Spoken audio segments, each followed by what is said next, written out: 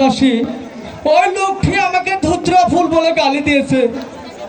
আমি ওই লোকটিকে এখন বন্দি করে রাখবো। কে গো তুমি এমন সুন্দরী রাজকন্যাকে ধুত্রা ফুল বলে গালি দিলে?